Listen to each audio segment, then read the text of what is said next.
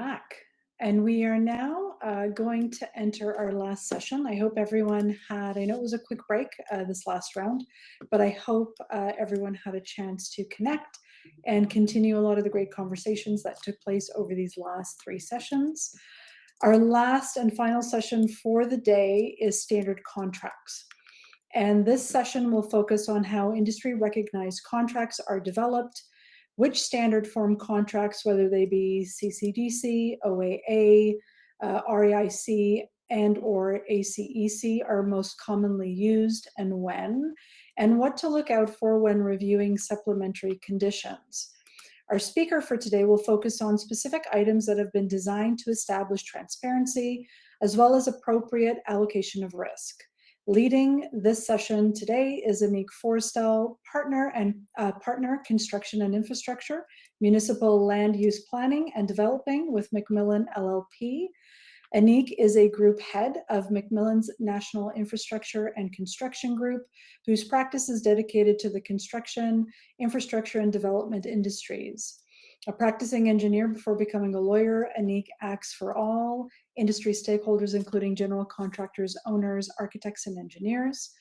She is frequently sought after for her expertise in contracting drafting, negotiation, as well, and regularly advises her clients on project delivery, administration, contractual allocation of risk, and claims management. She's an elected member of the Ontario Bar Association's Construction Law Executive, and she's also been recognized as Best Lawyers as a leader in construction law. And now handing this over to ANIC for this final session.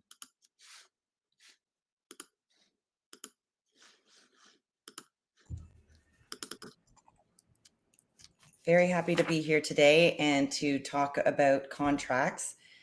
Sorry, give me no problem. I was going to say Sharon's kind enough to help me manage my connection issues this afternoon, and so she'll be controlling the slides. So we'll wait for them to come up. There we go. And I'm going to leave you to it, but I am here if you need anything, ANIC. And will you bring me up to be kind of with the slides on the screen? The viewers can actually expand. Okay. All right. Well, then you can all choose your own adventure as to how much of me you see. So if we could go to the first or the second slide, the benefits of standard form contracts, please. So today, as Sharon said, we'll be talking about standard form contracts, talking a little bit about why we use them, how they're developed, and then we'll wrap up with talking about what to look out for in supplementary conditions, for example, that we see commonly issued to accompany standard form contracts. So right out the gate, why do we use standard form contracts? What are the benefits of them? Well, first of all, the risks, the primary risks have largely been identified and allocated. So they serve as a great starting point for your project to identify, what are the contract terms that I need to address? What are the risks that I should turn my mind to? What are the processes for dealing with changes and other things that I should have in place in order to have a successful project? And so standard form contracts are great resources for setting this out, but further setting them out in a way that is hopefully clear, consistent, rational. And by rational, we mean, conforming to mutually understood and accepted sets of principles. Really a big focus of standard form contracts is seeking to achieve fair and balanced risk allocation. And further, they're well-known, understood, and sometimes court tested, although as we know in this industry, we're often in arbitration where we don't get as much jurisprudence as we may like. But certainly the benefits of them being well-known and understood contributes to, if we could go to the next slide, please. One of the greatest benefits of them is the potential for economic efficiency. The transaction costs can be reduced unless we're introducing 50 pages of supplementary conditions. But if we've already got the contract basically prepared, we can save time and money on drafting and negotiation. And further, when you put forward and include in your bid and your tendering a contract form that the parties are familiar with and comfortable with, then you're more likely to get more bids and better bids because people are comfortable with the risk allocation in the contracts. So these are some of the benefits. If we could go to the next slide, please. What standard form contracts do we have here in Canada? Well, we have a number of associations that produce them. And certainly I think most people are familiar with the Canadian Construction Documents Committee, CCDC. These are certainly the most commonly used of the standard form contracts in this industry, and they have a whole suite of them. The CCDC2 is the most commonly used and was most recently updated as well in 2020. My understanding is that the 5B, Construction Manager at Risk standard form, is the one that is currently being updated. But as we said, and we can get into this a little bit further, CCDC has a variety of contracts depending on the project delivery model that you'll be using or the payment method that you intend to use. So for example, CCDC2, the agreement as between an owner and a contractor, that is an agreement that's often used in a design bid build project delivery model, and it contemplates a fixed price.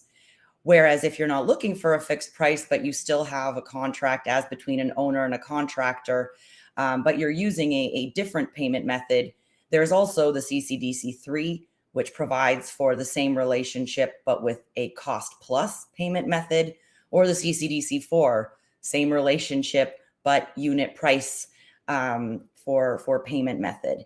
And as I said, there's a number of CCDC contracts.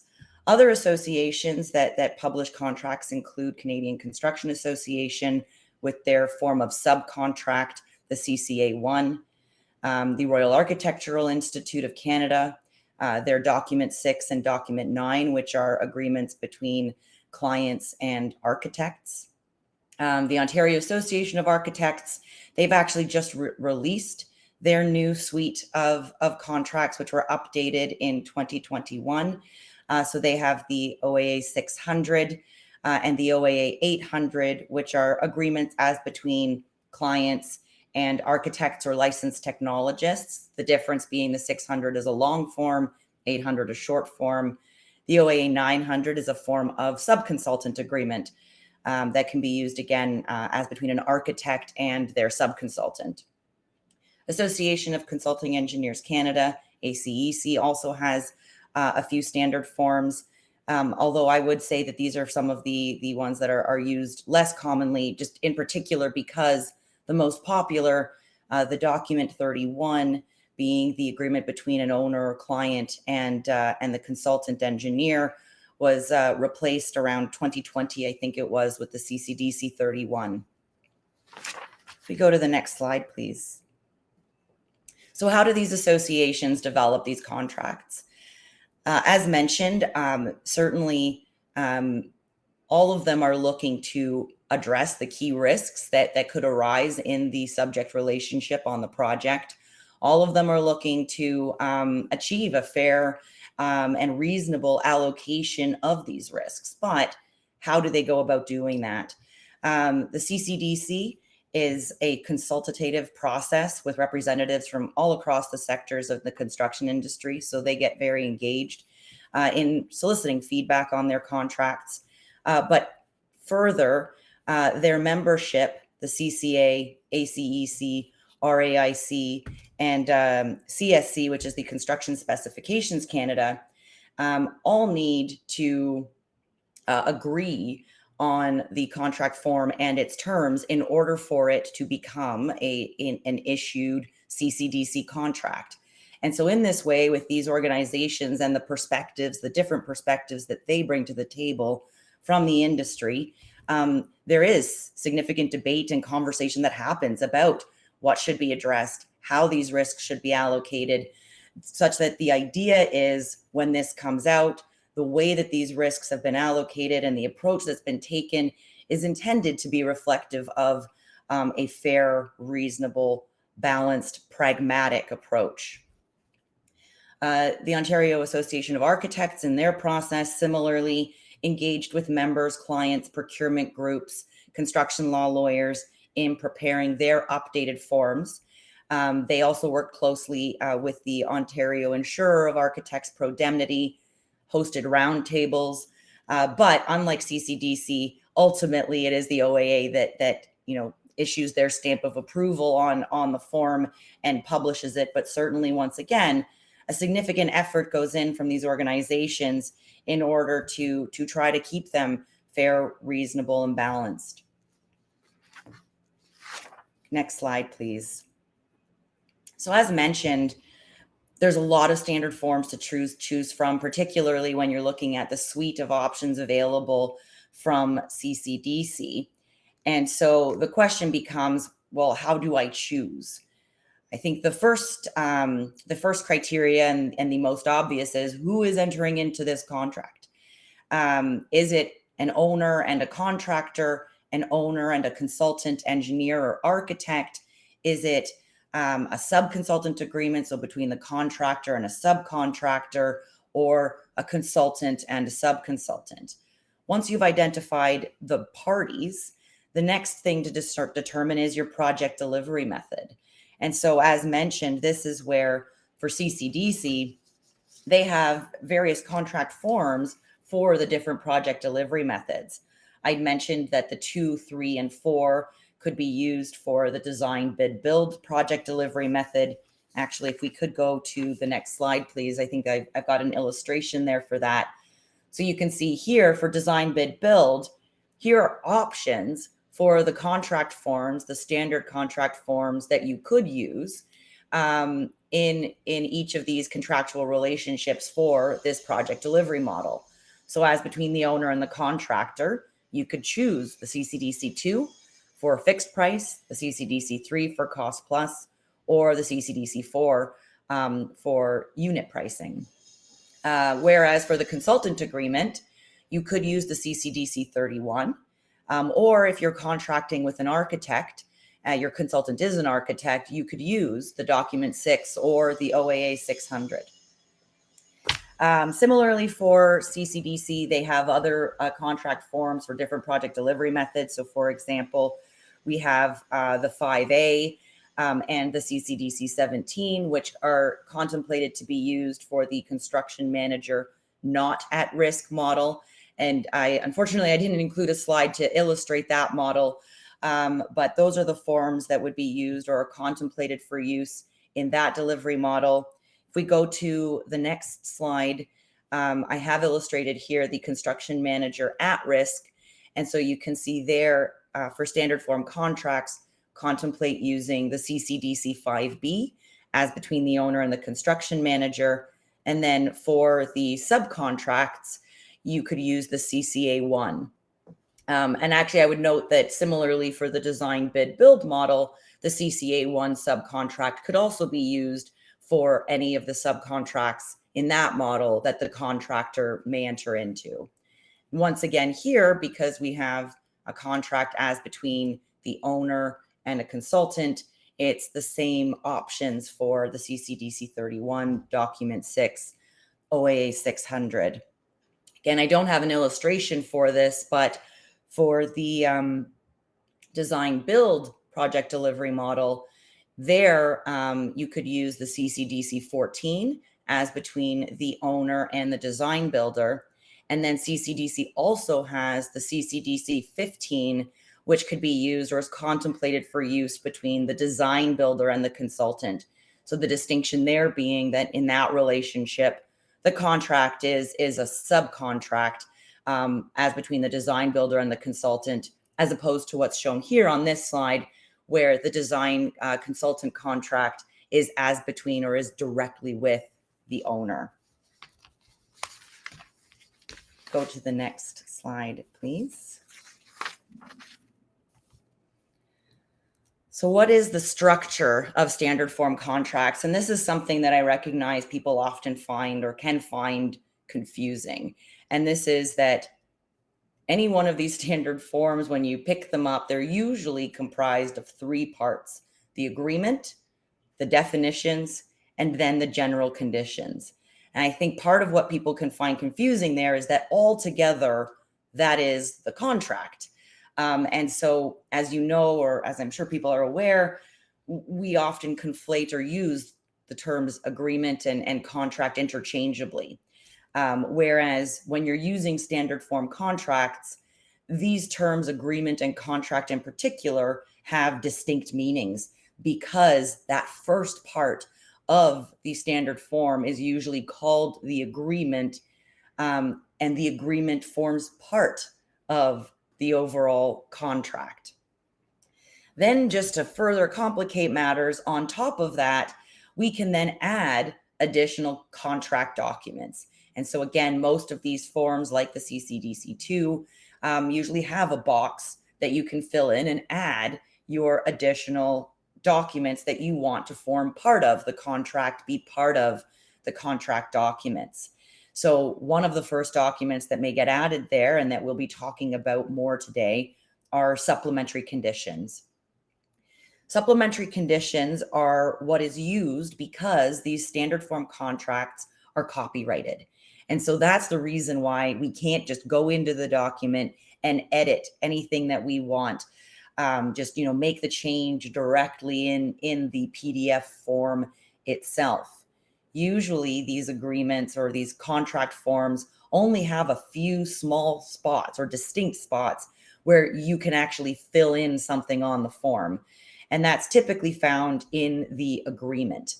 And so that's where you fill in the names of the parties, your description of the project, your list of contract documents. So certain terms like that, these forms will have fields for you to fill in. But once you get into other terms in the agreement, for example, that might not have these editable fields or the definitions and general conditions, at that point, if you want to make changes to those terms, tweak them, revise the wording, add, remove, you need to use supplementary conditions to do that. One other item that I will mention that can be editable in these forms are schedules. So sometimes they will include schedules to that form part of the contract, schedules to the agreement that can be filled in. CCDC, an example would be the CCDC 5A, construction manager not at risk, or CCDC 5B, construction manager at risk, where there are schedules where you can check off what you want or don't want to include in the scope of services that are being provided by the construction manager. So that's another example of part of the document where there is an ability to interact and say yes or no to options. Or the OAA new suites of contracts have made a significant effort to include schedules that have significant opportunity for you to fill in terms, with the hope that that will help minimize the frequency of supplementary conditions. If you're just looking to add in a paragraph or two or tweak one or two things, then the hope is that one of these schedules that gives you almost a full page to make changes will be sufficient so that you don't need to add supplementary conditions. But otherwise, as mentioned, if you want to make changes, particularly substantive changes to these forms, then you'll need to include supplementary conditions as one of your contract documents. What else goes into your contract documents that will form, the overall agreement? Most commonly, what gets added there are references to plans, drawings, specifications, basically the documents that are going to be fundamental to describing the scope of the work and what is expected to be performed under the contract. Certainly, we see a lot of documents dumped in here as well, and some, are helpful and others can be less helpful. So, for example, one of the most commonly included contract documents that we see added in are the tender documents. Just the RFP in its entirety just gets dumped in as one of the contract documents. And appreciate why this is being done. I think often it's because the RFP is where the scope of work, the scope of services that the owner is looking for has already been set out. And so instead of taking the time to remove that scope of work or scope of services from the tender documents, and include that separately as its own standalone document for the contract, the construction agreement, for example, let's just save time and put the full tender in there. The reason that can be problematic is that the RFP documents actually include terms that are completely inapplicable to the construction contract once it's being entered into. It includes terms about the RFP process. What is happening in that process? What are the rules governing who the owner may or may not choose to award the contract to? And these terms are completely inapplicable and no longer relevant once the contract has been awarded and the parties are now signing, the CCDC2, for example. So the issue is that if you've incorporated all of these terms, not all of them are relevant, and some of them may conflict directly with the terms that you have in your contract. And so we're always trying to minimize the opportunity for confusion, inconsistency, conflict in that way, because as we all know, this can give rise to disputes. An owner looks at a term that they had in the RFP and they think, that's what I thought was applying here in my construction contract, when in fact that was a term that was applying to the tender process. But they've included that document in the contract documents, and so now seek to enforce it, but it directly conflicts with a term in the CCDC2 general conditions. Well, now we have parties that are confused, parties that are upset, and are likely to end up in a dispute, which again is really what we'd like to avoid. And so strongly recommend, when you are incorporating documents by reference, identifying the additional materials that are going to form part of your contract documents when using any contract, but including these standard form contracts, that you take the time to think through, be mindful of where there could be the possibility of conflict with the terms in the standard forms, and take the time to address those inconsistencies, remove the potential for confusion, because it really will save a lot of heartache down the road as you move in. And again, it will often identify where you may need supplementary conditions. If you're looking at and you're taking the time to go through your contract documents and recognizing, this term that I had in my tender is something that I want to make sure is reflected in my contract. Well, now I'm looking at the CCDC2 and I realize that it already addresses this point, this risk, this term, but it does it in a different way. So I'm going to need to use supplementary conditions in order to reconcile that and make sure that the terms that I want in my contract are properly brought forward. If we could go to the next slide, please. So how to use the standard forms, and been talking about this a little bit, but to state the obvious, the first thing you do is fill in all of the fields and input only the required information. And the reason I say that is another common problem that I see, in addition to, inputting inconsistent terms, which talked about a little bit in terms of incorporating contract documents that may be inconsistent with the contract terms, which can create issues. But further, sometimes I'll see there's a big box on the CCDC2 form, and it's intended for a description of the project and of the services. And I'll see just entire email chains, correspondence, just copy pasted in there. All kinds of, just sometimes commercial terms, other times more just understandings, just getting dumped into these boxes. And again, the concern is, well, one, you may have actually missed the information that the form was prompting you to input. It was looking for a list of contract documents. And if that's not what you use this box for, where is that information that is critical to the rest of the contract terms working when we refer to the contract documents? But also, again, we run into the risk of what happens if these terms that have been placed here are inconsistent with other ones that follow. Just increases the likelihood that we have a dispute. And but also sometimes it's just not even clear what the intent is of including some of that information. This is great, we've got this documented in an email, but why does it need to be in the contract at all? Or if it does, maybe we should address it again in supplementary conditions. So start by filling in all of the fields and again, reading through the contract terms and identifying where either the risk allocation or the terms are not meeting your needs.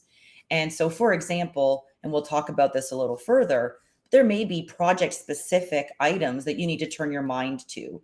So the project is taking place in a space that is subject to a lease. We need to add terms to address the fact that there is a lease and that the requirements of the landlord will be complied with when the work is being performed. There's nothing expressly to deal with that in these standard forms like the CCDC2. And so this is a term that we probably want to address using supplementary conditions. So going through the terms, even though you might be very familiar with it, but taking the time to read through and identify where you might need supplementary conditions. What are the unique elements of this project? As we talked about, these organizations like CCDC, the OAA, ACEC, they're all making an effort to address the key risks, the key terms that should be included in these types of contracts. But that does not mean that they are still a perfect fit for your project or this mandate. Every project's going to have something unique in terms of the nature of the work, the complications or issues that we anticipate could arise. And so we should be thinking about that at the outset and considering if and how we need to modify this form to make sure that those things have also been addressed. Something else to keep in mind is that there are so many guides being published by these associations to support the use of their contracts. So I know, of course, people will expect me to say, well, call your lawyer, hire us, and we'll just do the whole thing for you. And of course, that would be great. I would appreciate that. But at the same time, recognizing that going to legal counsel to use these forms is not always pragmatic, practical, or not always what you want to do. And also, again, I think part of that efficiency, that cost efficiency that we are trying to save in using a standard form contract. So these associations have really spent a lot of time providing information on what is it that we're looking for in this field? What is it that they would recommend be addressed in the contract, not be addressed in the contract? How has the risk allocation for key terms in this standard form been addressed or considered, and why? So I would suggest that if you're looking to work with a form, particularly on your own, then refer to these guides, make use of these really helpful resources in order to do your best to use the form as effectively as possible. Last but not least, one of the little, housekeeping items that often could be easily missed is the need for a seal. So not all of the standard form contracts require a seal to be purchased, but this relates to the copyright. So as we mentioned, when we're talking about why do we need supplementary conditions, because of course, having to read the two documents instead of being able to just go to one place to read your term can be irritating and frustrating. But the reason we have to do that is because of the copyrights that is held. And so this is where the purchasing of a seal is the purchasing of a license to that copyright. So when you pay $15 for the CCDC2 seal or less, if you can get it as part of a membership to an association, for example, you are licensing and compensating CCDC for the use of the copyright in that contract. And so that is something to keep in mind. And to once you've signed the contract, purchase the sticker, and it is a sticker. I'm not aware yet, at least, of any of these seals being available electronically, although I am confident that that's a conversation that and something that's being considered for those associations that do have seals, but also that's probably a can of worms all in and of itself in terms of how to implement. But in any event, point being, get a seal once you've used the CCDC and RAIC forms of contract, because those are the two of the ones that we've spoken about that require those seals. And they can, as I mentioned, be purchased online. Usually associations like the OGCA, for example, will offer seals. The Toronto Construction Association offers seals for sale. And so it's a relatively simple thing to do. Next slide, please. So now we'll get into some of the fun stuff. What are the common changes that we see made in supplementary conditions? As I'm sure we're all aware, usually supplementary conditions are being prepared by the person, the contract party that is paying the money. So it's usually the owner in the context of an owner-architect contract or owner-consultant contract, owner-contractor agreement, or by the contractor in the context of a subcontract. So that is most common, although not all the time. Absolutely, the contractor or the subcontractor can also prepare their own supplementary conditions to address their own interests. But that is usually who we see, and certainly sometimes we do see 50-page supplementary conditions coming in, which, again, just note those efficiencies, those cost efficiencies in terms of drafting, negotiation, in terms of getting better and more bids because people are comfortable with the standard form contract. Those benefits are reduced the more we rewrite the agreement with extensive supplementary conditions. So something to keep in mind when you are preparing supplementary conditions, if those are those are some of the value benefits that you see to using a standard form contract, keep in mind that those benefits can be reduced the more we rewrite the document. But what do we normally see? So one of the first things or sections that usually see revised is the indemnities and limitations of liability. Not surprising, these are some of the most important and critical risk allocation terms, and so often some of the first ones that get revisited. So what do we often see?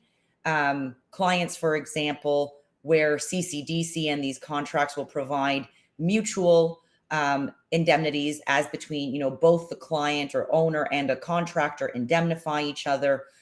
Well, that indemnity gets deleted and replaced or revised so that it's an indemnity that's only in favor of the client and or owner, and no indemnity is being provided to the contractor, as an example. Limitations of liability, similar story. Often what we see is the limitation of liability being deleted altogether. So certainly if you are the contractor, the consultant, these are really important terms for you to have, particularly the limitation of liability in your contract.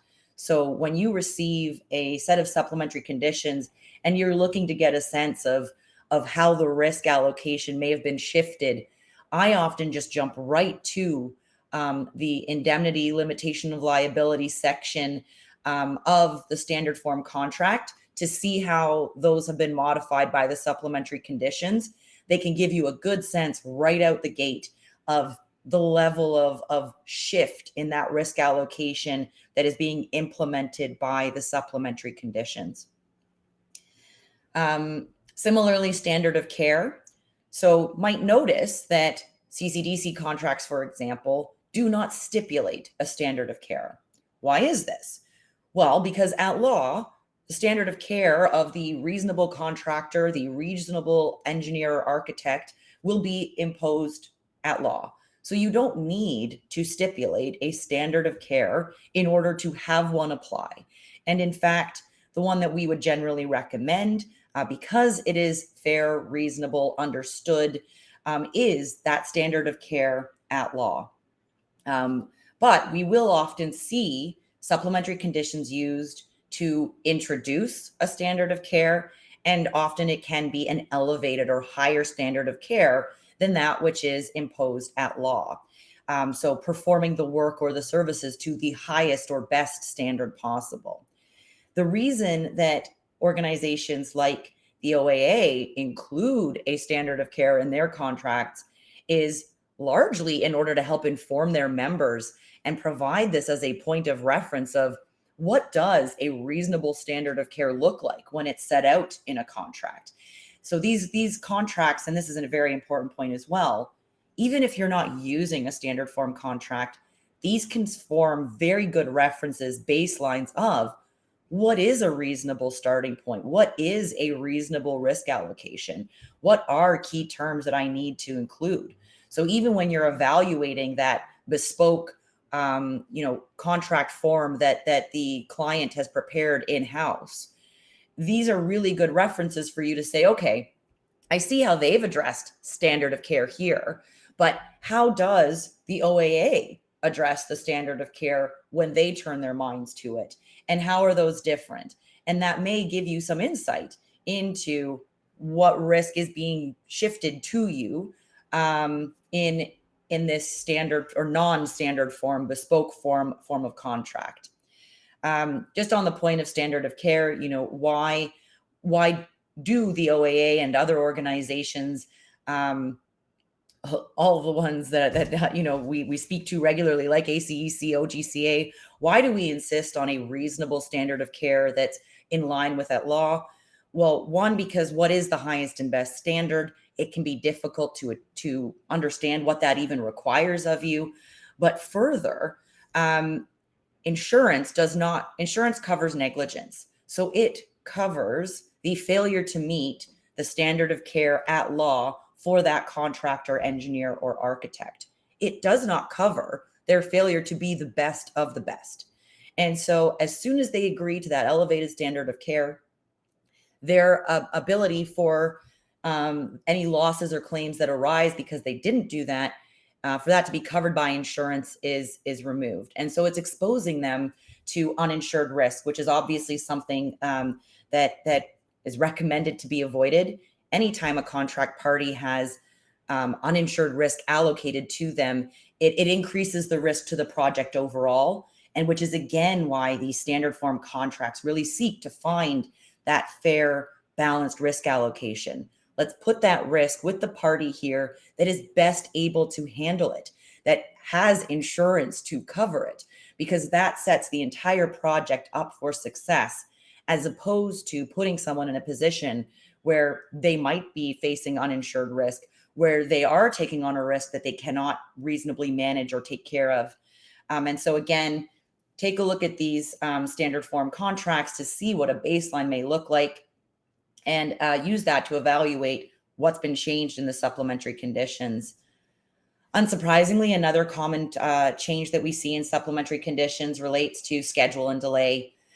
So certainly these standard forms, none of them provide for liquidated damages. So if a client owner is looking to impose liquidated damages for delay, for example, they will need to use supplementary conditions to do so.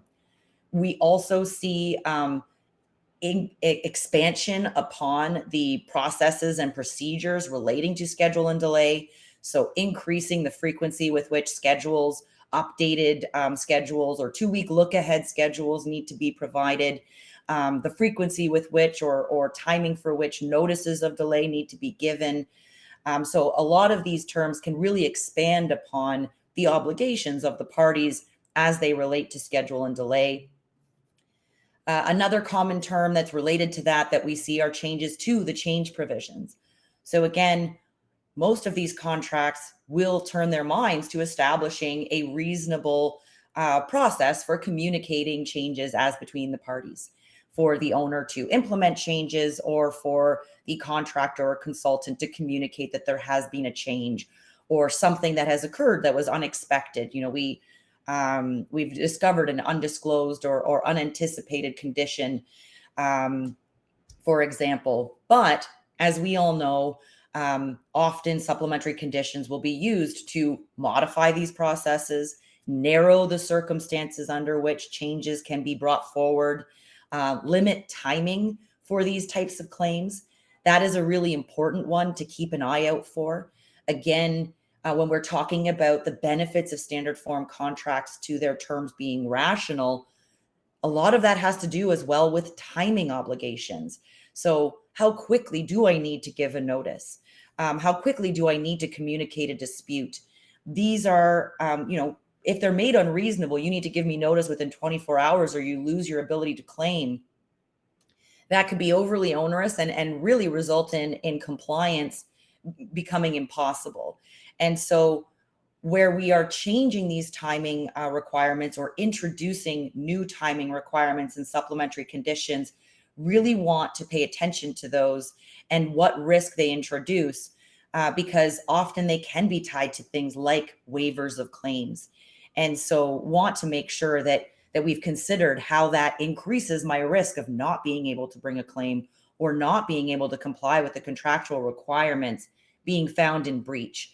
So these are common changes that we see. And so again, something to really keep an eye out for when you're reviewing supplementary conditions. Finally, insurance and contract security requirements is another one that we commonly see revised. I note that, oh yeah, sorry, I'm almost on to that last slide. But as we'll see, the new CCDC2, for example, removed the contract security section. So if you want to provide as a client for bonding requirements in your contract, you'll need to use supplementary conditions or otherwise incorporate them through the contract documents that you list in the form.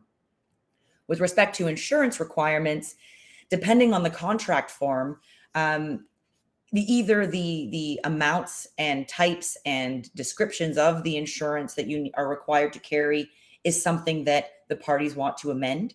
So for example, have received comments that the latest CCDC 41, which establishes minimum insurance requirements that are kind of carried through into many of the CCDC forms, that some of those insurance requirements are difficult for contractors to meet and can be quite high. I believe a lot of them are like at the 10 million range, where maybe you're working on a smaller project and $10 million worth of commercial general liability insurance just doesn't make any sense.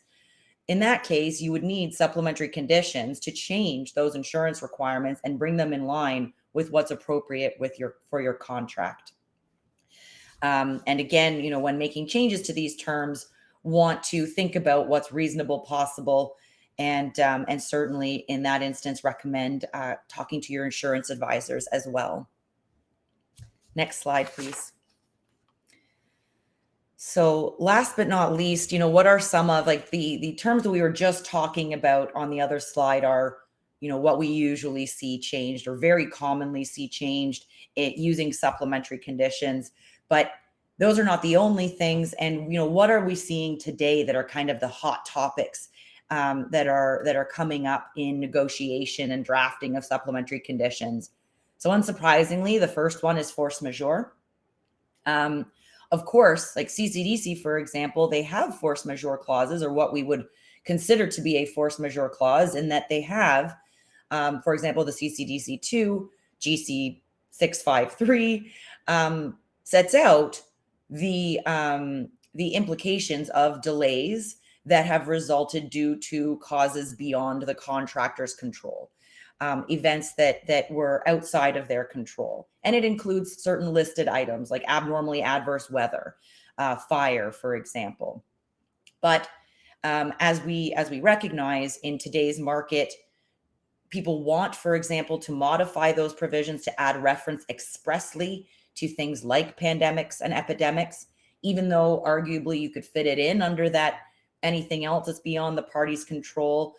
Expressly identifying things can be helpful just to remove the debate as to whether or not that threshold has been met. But further, what we're seeing is that, for example, the CCDC2, that clause 653, doesn't contemplate compensation. So it contemplates extension of the schedule, adjustment of the contract time where there has been that type of delay event beyond the party's control, but it does not contemplate reimbursement of expenses resultant from that delay. And so in today's market, again, where some of the force majeure events that we see and where the market conditions are such that these delays are materially affecting contract price, cost of the work, we are seeing a push in the market for these terms to not only address schedule, but to also address cost implications. And so supplementary conditions are being used to modify that, whether it is to add them in, tweak what's there, replace it altogether. I've definitely seen in the force majeure space all varieties of approaches to revising, in particular, for example, in the CCDC2, as I said, paragraph 653. Price escalation clauses. So once again, this is a huge hot topic today, given just the inflation and supply chain impacts and everything else that is resulting in unprecedented price escalation in the market. And so, not surprisingly, conversations about using supplementary conditions to add in price escalation clauses is a very significant topic and conversation point, heavily negotiated, with all kinds of options on how you can crack this egg. There is no one size fits all. Certainly, I know organizations like the OGCA have issued publications to their membership giving different examples of potential price escalation clauses, some of which have been suggested as, here is something that you could use as a supplementary condition to the CCDC2 or the CCA1. But certainly, again, as I said, not a single way, not one way to crack this egg. Seeing a lot of creativity, a lot of debate, a lot of conversation about this. And this is something that, using a standard form contract, would be happening in the supplementary conditions context, because these standard form contracts do not include price escalation clauses by default, which has been some of the really big difficulty that's been faced by contractors, consultants in the market, where they signed these contracts years ago, fixed price for their work, for their services.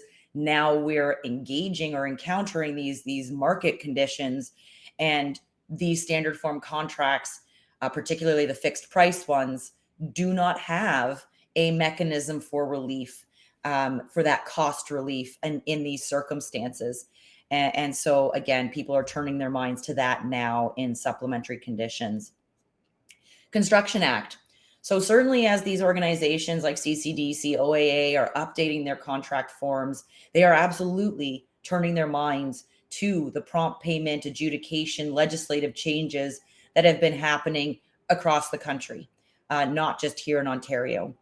And so, for example, now there's a definition of payment legislation in the CCDC contracts, just as an example. So there is a certain amount of people turning their minds and these standard forms adapting so that they will work in these new regimes across the country or in their jurisdictions like Ontario.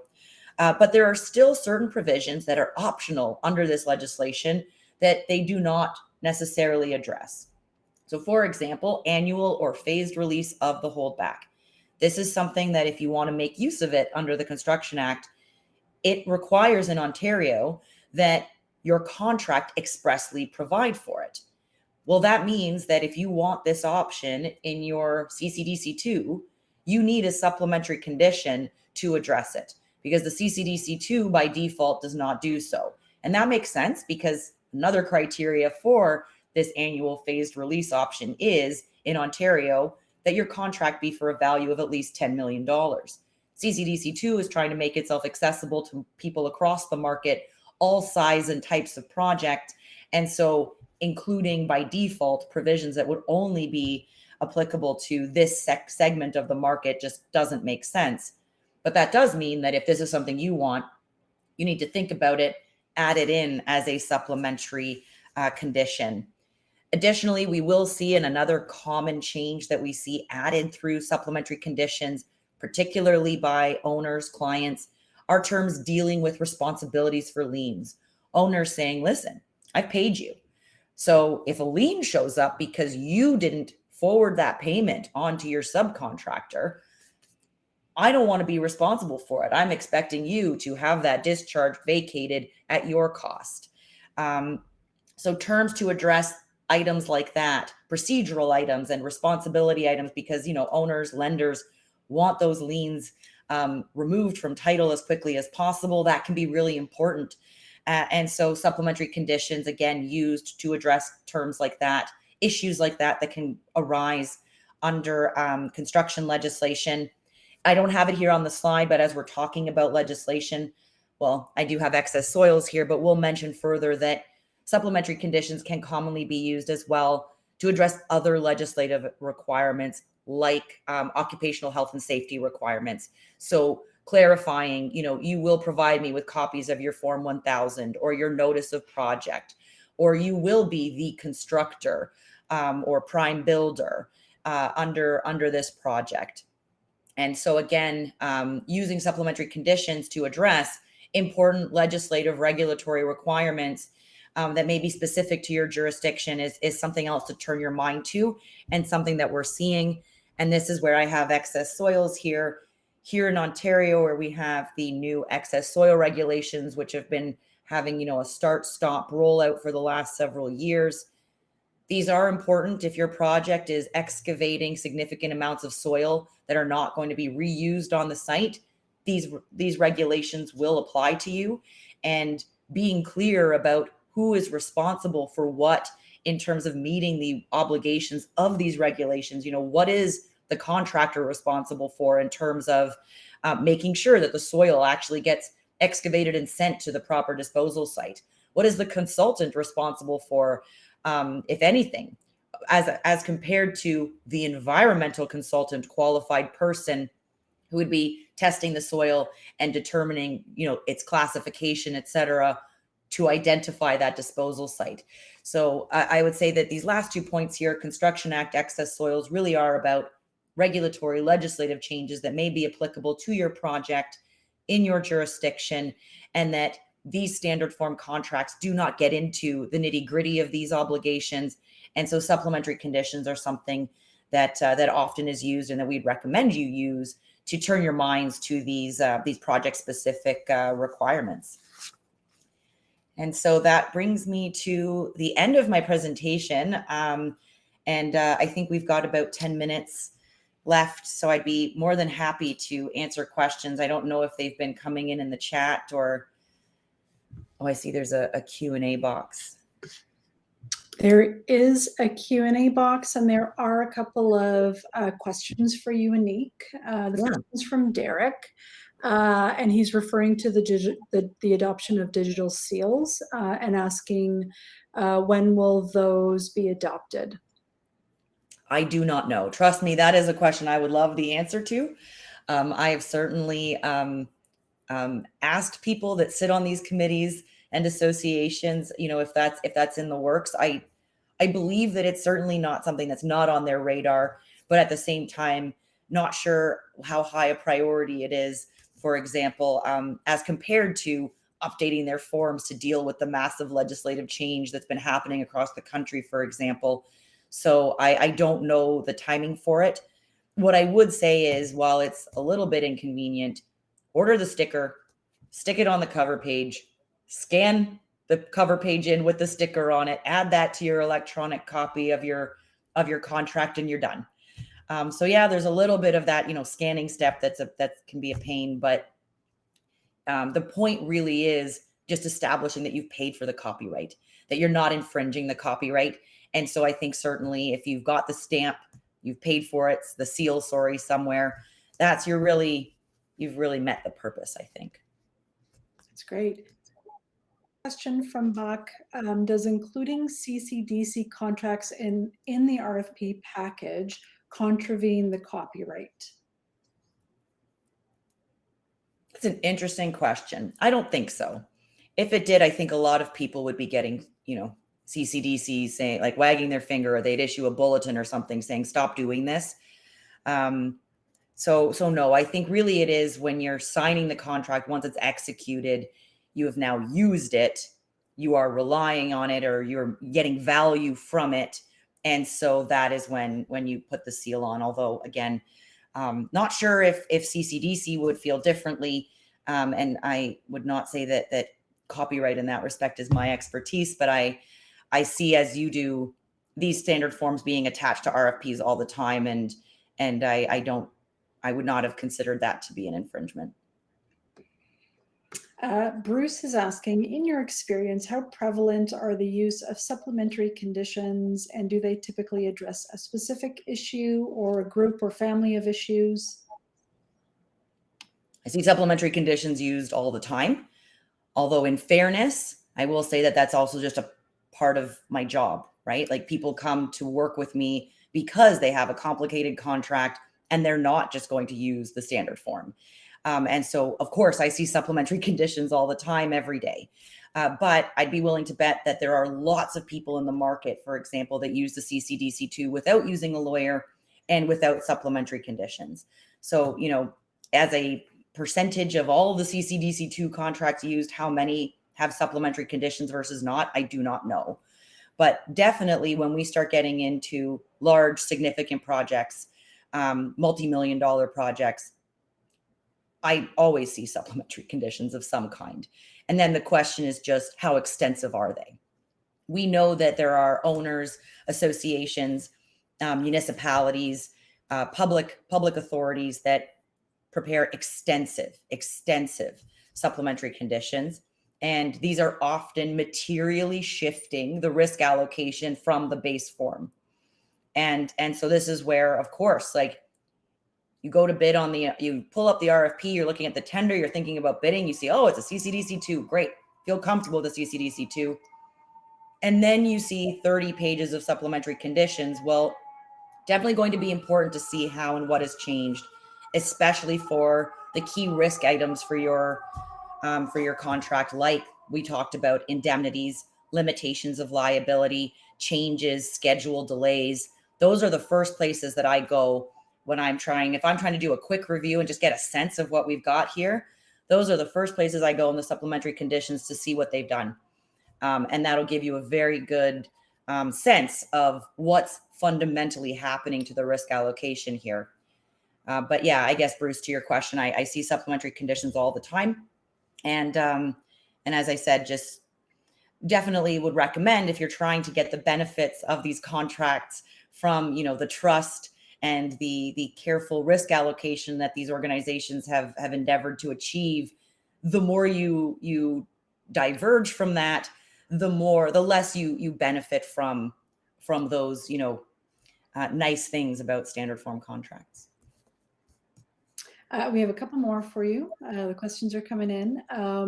One question around, how can we get buyers of services to retract excessive SGs, risk transfer, uninsurable conditions to contracts that bar fair and equitable bidding? So the unfortunate reality is that often when these contract terms are attached or included in the tender documents, the correlating provision is, if you bid, you are deemed to have accepted that these will be the terms that you will do the work for, or the services for, and we will not negotiate. And so your opportunity to comment on those contract terms or negotiate them is very limited. And certainly, even when clients of ours have, been awarded the contract and are thinking, okay, but now certainly they'll talk to us about this, right? Like, and we go in and we try to have a conversation with these owners and say, you know what, like, we just appreciate that the tender said we were going to do this form, but we want to just tweak this, this, and this. We are very often told, no, we meant it when we said, this is the form you're going to sign. And so you are left in the position of either not bidding, bidding and accepting that, in which case you need to consider that in your bid, price for it, work that risk into your pricing essentially as much as you can, or risk being not, like, having your bid disqualified by qualifying it, by saying, here is my bid, but here are the terms that I cannot accept, or the changes that I would need in order to offer you this pricing. In which case you do run the risk that your bid will be considered disqualified because it doesn't meet the requirements, and because you did qualify it in a way that wasn't permitted. So if you encounter these terms, as soon as possible, I would recommend that you reach out to your industry association, because here in Ontario, for example, ACEC Ontario, the OAA, the OGCA, these organizations are very involved with these public authorities, and they also issue member alerts, for example, to warn other members of the association, of the industry, hey, this public authority or this owner has issued a tender that is problematic for these reasons. Now, of course, always have to be careful. There cannot be collusion. That's against the Competition Act. But certainly when an owner sees, these organizations warning their members that this is not something that's appropriate or reasonable, it increases the likelihood that these owners are not going to get any bids or the types of bids, good bids that they want with the pricing that they want.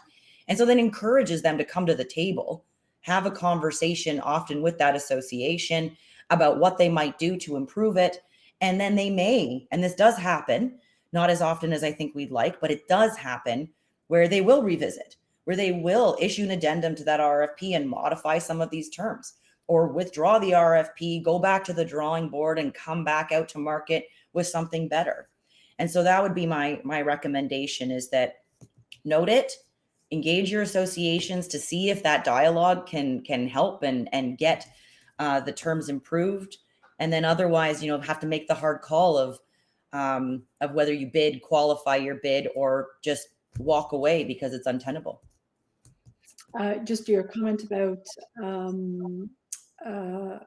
collusion. There was one comment in the Q&A box around, can we agree with other bidders to not respond to an RFP with egregious conditions, without running afoul of that no collusion kind of clause. So it's interesting that came up as well.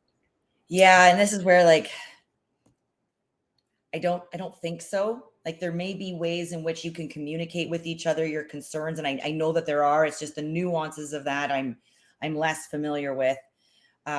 Because certainly if you all got together and said, yeah, we're all gonna not bid, or we're all, but there are ways around that. And I'm not sure if Giovanni is here, but I know that the OGCA is very familiar with the rules around this, because they're very careful to make sure that they don't go offside when they are warning their members and engaging with associations. And so he might be someone who could contribute to the dialogue if he was here. But yeah, I definitely would recommend not just generally getting together and agreeing in that way, because I think that would be offside. Oh, Giovanni is here. Are you on the stage, Giovanni? I see him online. I'll ask you one last question, and then he's got time to kind of pop in if he can. So one last question. Let's see. If there is something of concern in a procurement document, bidders should seek clarification during the question period so it can be addressed, considered, and answered, provided by an addendum. You've kind of addressed that. How can we get procurement groups to realize that the procurement of professional services is not the same as the procurement of commodity items like construction services, for example?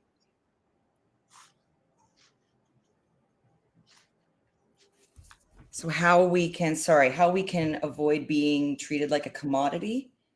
Yeah, how can professional services, how can we help procurement groups look at professional services as the opposite of the commodity of other things, right?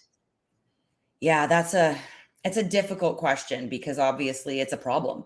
The services that you offer are fundamental. We can't build anything without you.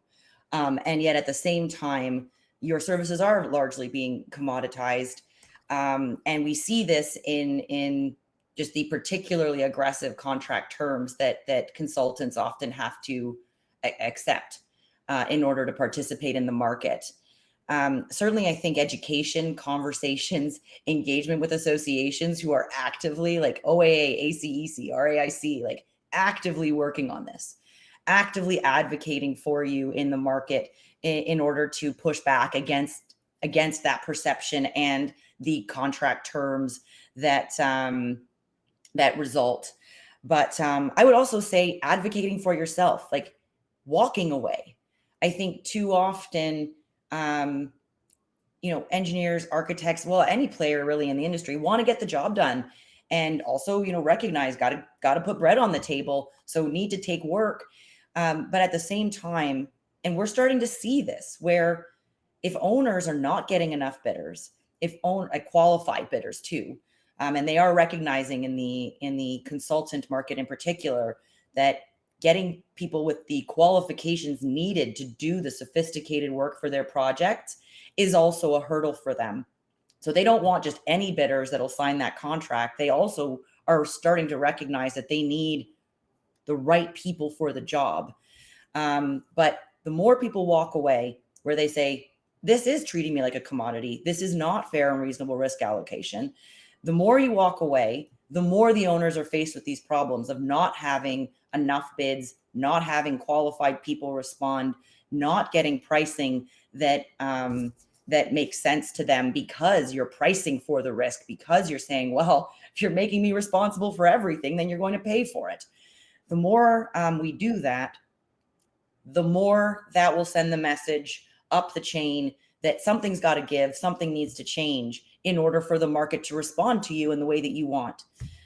So I know that's easier said than done from my ivory tower over here, but it's the reality of it. You know, that is the clearest way to send a message to your clients that this is not acceptable and you are not a commodity, is by refusing to enter into an agreement or a relationship where you're treated as one.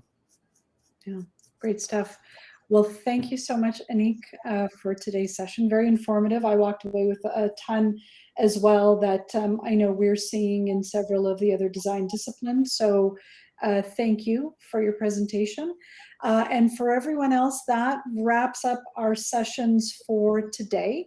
We're going to leave the platform open for a little longer, and in the event that there is a desire to network and connect with either some of the speakers and or some other participants and CDAO representatives. And today was really about, and Procurement Day continues to be about, the construction and design industry leaders bringing to the table information and their expertise for the betterment of not just the professions and the associations around the table, but also for everyone within the sector, including clients, buyers, owners. So do recommend, if anything resonated, and I'm going to suspect a lot of things resonated for many of us today out of this session, do reach out. You can go to cdao.ca, and that is the Alliance's website. There is a list of member organizations. If you have a contact within one of those organizations and want to continue the conversations, reach out. There's also a listing of the board members around the CDAO table. So reach out to us at any time if you'd like to further some of these conversations or are looking for any other information that we can assist with.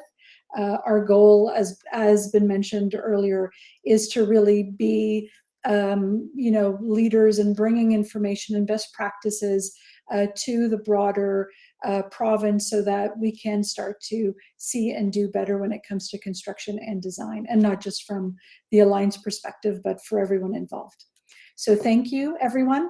And then before I close up, these sessions were recorded. For those who did attend, you will get a link to the recorded sessions.